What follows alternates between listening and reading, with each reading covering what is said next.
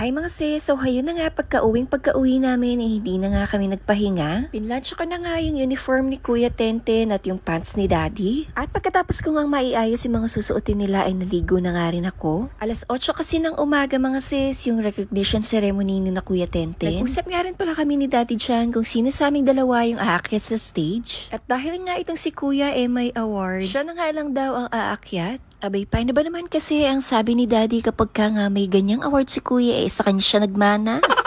Kasama nga rin pala namin itong si Ate Sky na kinagigiliwan ng mga classmates ni Kuya. Mga ilang minuto nga lang din kami naghintay at mga ilang sandali nga rin mga sis pumasok na nga rin kami dito sa loob. Alam niyo ba mga sis na pagkaganyan nga yung mga eksena sobrang naiiyak talaga ako. Naiiyak ako sa mga recognition, graduation, kulang na nga lang pati communion iyakan ko.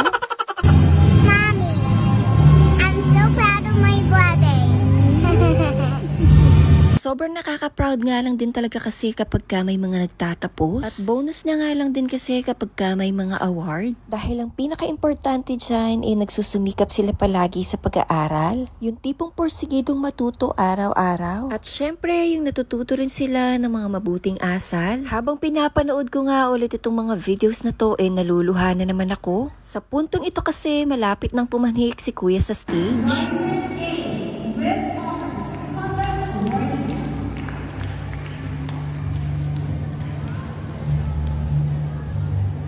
Bigla nga ako nagulat dahil conduct awardee nga rin pala itong si Kuya. Grabe nak, ang galing-galing mo. Pinatunayan mo talaga na kahit nahuhuli kita palagi na nagsiselfone alam mo yung responsibilidad mo. Lagi niya nga rin kasing naririnig sa akin yung salitang se-cellphone ka, se-cellphone. Pero may mga award pala siya ngayong recognition. At kung dati-rati kailangan ko pa siyang i-push para mag-review. Abay, sobrang layo na ni Kuya ngayon. Dahil pagdating niya sa pag-aaral kayang-kaya niyang tulungan yung sarili niya. Na hindi niya namamalaya na pati kaming dalawa ni Daddy niya natutulungan niya. Dahil hindi nga lang siya sa pag-aaral responsable. Dahil pagdating din sa bahay mga sis sobrang naaasahan ko itong si Kuya. Kasabay pa yan ng pag-aalaga sa kapatid niya. Kaya naman sobrang napaproud ako kung ano si Kuya Tenten ngayon. Sobrang napaproud ako sa mga achievements niya. Sobrang napaproud ako sa mga ibang tao na naa-appreciate at nagsasabi na mabait siya. Thank you so much Kuya Tenten sa lahat-lahat. At bago pa nga tayo magkaiyakan mga sisi, ayan, nag-request si Kuya na kumain kami dito. Walang handa at tamang kain nga lang kami sa labas. At tulad nga ng sinabi ko sa inyo dati mga sis, sobrang simple lang talaga ng mga hinihiling nitong mga bata sa amin. Kaya naman kami ni Daddy D sobrang swerte sa mga anak namin. Pero sa mga magtatanong kung nagdadabog ba sila, abay syempre naman mga sis dahil hindi naman mawawala iyan. Si Kuya Tenten na nagdadabog pero may po at opo pa rin sa dulo. Congratulations anak, deserve mo lahat ng yan.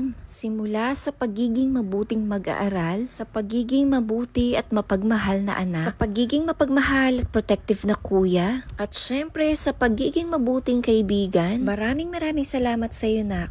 Congratulations and happy birthday sa iyo. At lagi mong tatandaan na mahal ka namin.